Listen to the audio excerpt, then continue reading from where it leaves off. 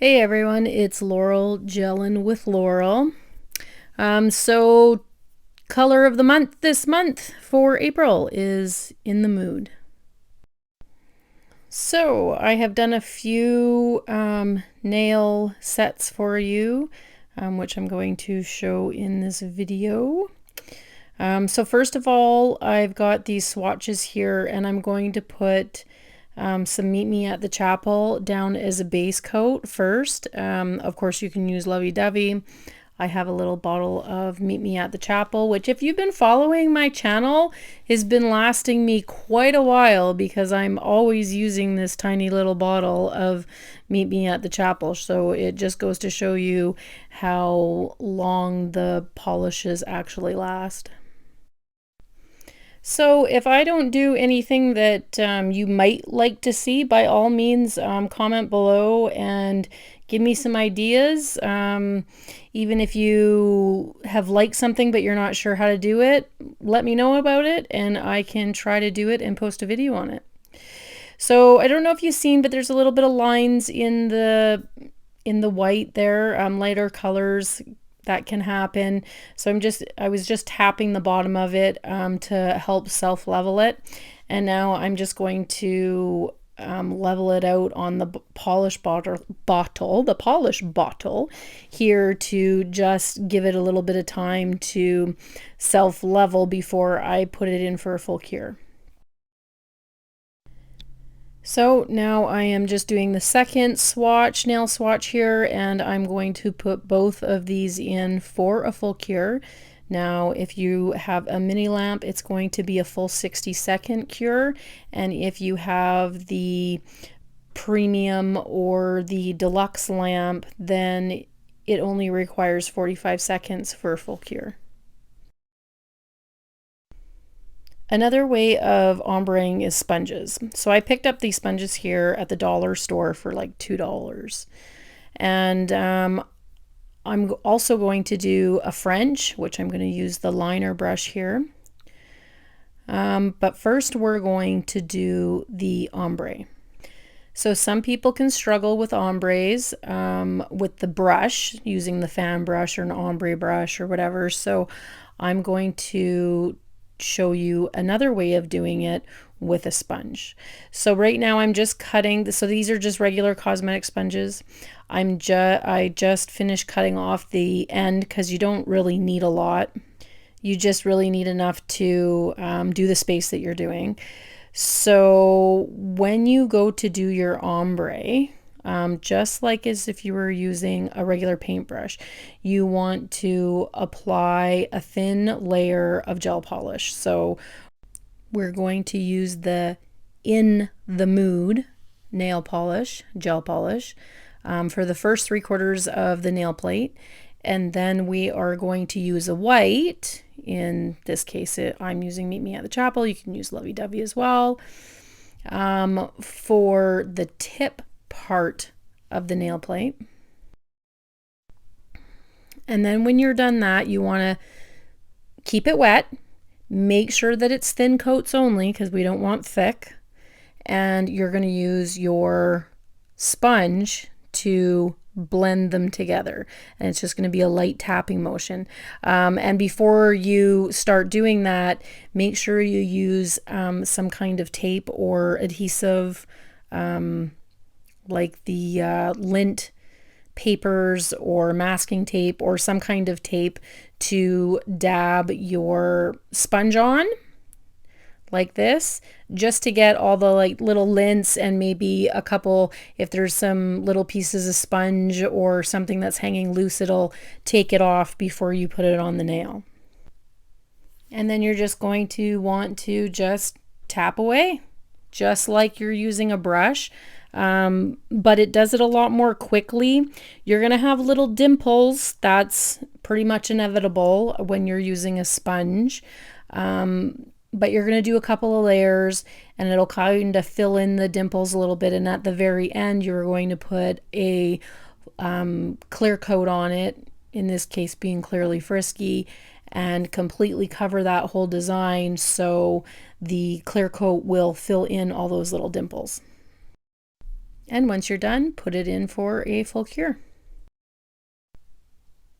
So that has done its full cure now. So I'm going to do a second coat. So we're just going to use the In My Mood and give it a nice thin coat. Make sure again to use thin coats only. We don't want thick.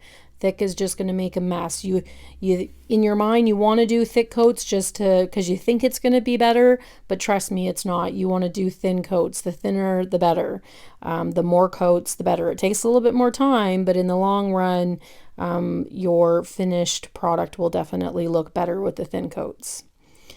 So there's our coats, and now we're going to use the sponge and we're just going to dab them together. And it's going to blend. It pretty much blends by itself, honestly, but you can do it on the one side and then flip rather the sponge over or the nail swatch if you're doing a nail swatch, whatever's easiest for you, and just kind of drag it down just a little bit. So this is fast forwarding. I've already put it in for its second cure. This is going on to the third cure now. And of course, we're just repeating the process.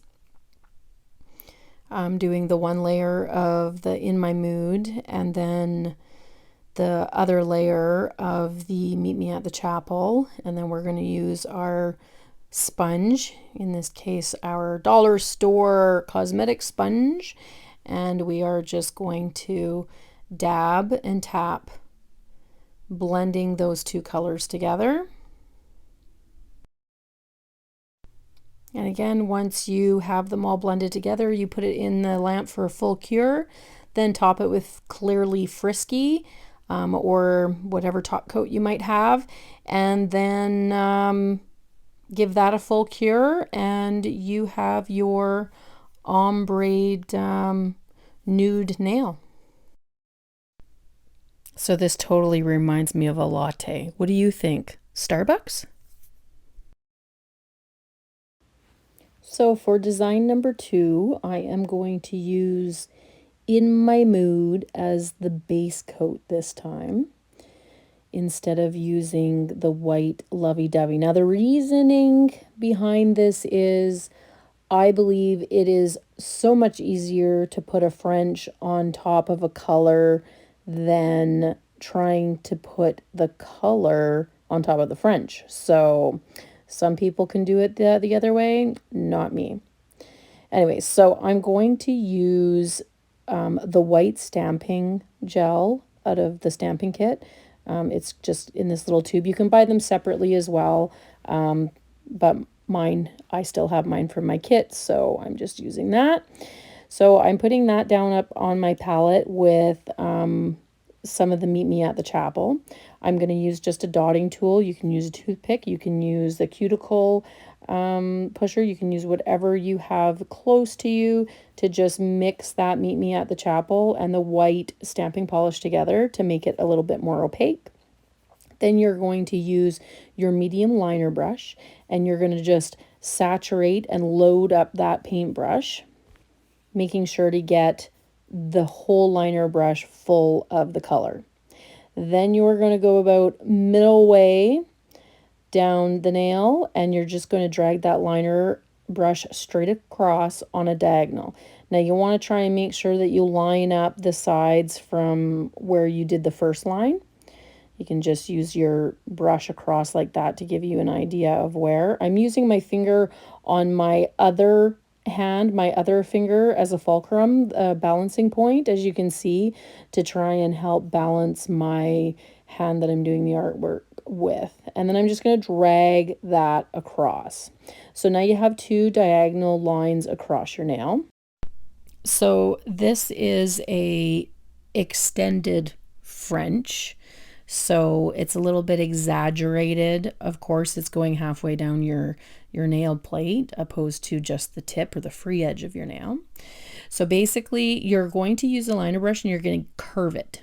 Just give it a quick curve. So you've already got most of that free edge done, but we're just curving it, so it kind of gives you a little bit of a guide. You want to curve it from one side and then maybe curve it from the other, whichever way your hand feels more natural doing it. And then it gives you that wonderful free edge curved look. It's not as hard as it looks, and if you mess up, the great thing with gel polish is you just wipe it off and you start over.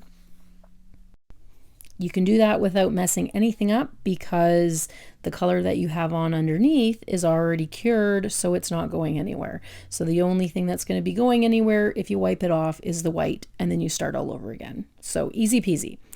So now I'm just using a flat brush out of the Creativity set, and I'm just filling in the free edge. So just making sure that it's nice and covered in. There's no spots visible. And then I'm just going to grab the liner brush, make sure that those lines are as crisp as possible.